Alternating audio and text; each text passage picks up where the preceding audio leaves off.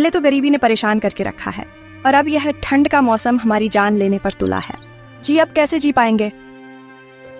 अचानक से ये कैसी तबाही आ गई हमारे जीवन में। हे भगवान जी। अपने ऊपर आई इस परेशानी को देखकर भोला दामिनी काफी दुखी हो गए। फिर क्या था, भोला गांव में दूसरे काम की तलाश में निकल पड़ा। पर छोटा गांव होने के चलते भोला को कहीं काम नहीं मिल रहा था।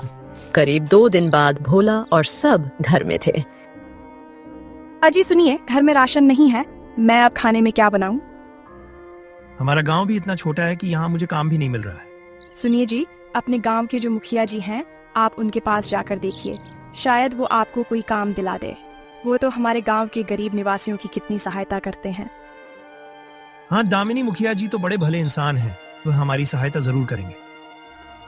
तभी भोला गांव के मुखिया के घर के बाहर आता है तो बाहर ही उसे एक आदमी रोक देता है। रुको भाई, अरे कहाँ जा रहे हो? मुझे मुखिया जी से मिलना है। मुखिया जी यहाँ नहीं है, उन्हें दिल का दौरा पड़ा है, वो तो शहर के हॉस्पिटल में है।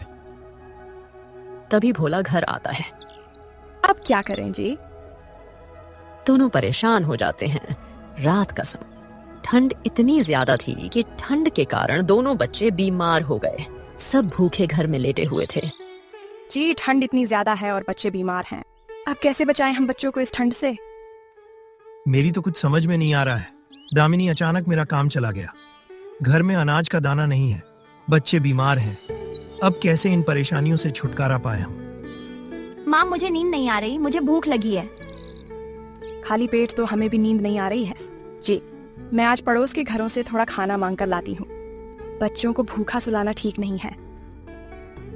दामिनी ठंड से कांपते हुए बाहर आई। ठंड इतनी ज्यादा थी कि दामिनी का शरीर ठंड से थर थर कर रहा था। तभी वह एक घर के बाहर आई और दरवाजा खटखटाया तो उस घर से एक महिला शांति बाहर आई। अरे दामिनी, तू जल्दी बोल, क्या काम है? बहुत ठंड लग रही है मुझे। शांति बहन, मेरे बच्चे सुबह से भूखे हैं और बीमार भी हैं। घर में अन्न का एक दाना नहीं है।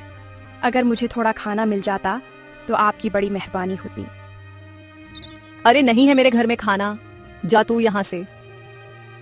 शांति दरवाजा बंद करके अंदर चली जाती है। शांत तभी दामिनी दूसरे घर में आती है तो वहां से भी उसे खाना नहीं मिलता।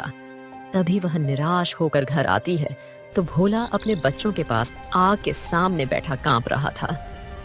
पता नहीं कब हमारे जीवन से यह परेशानियां खत्म होंगी।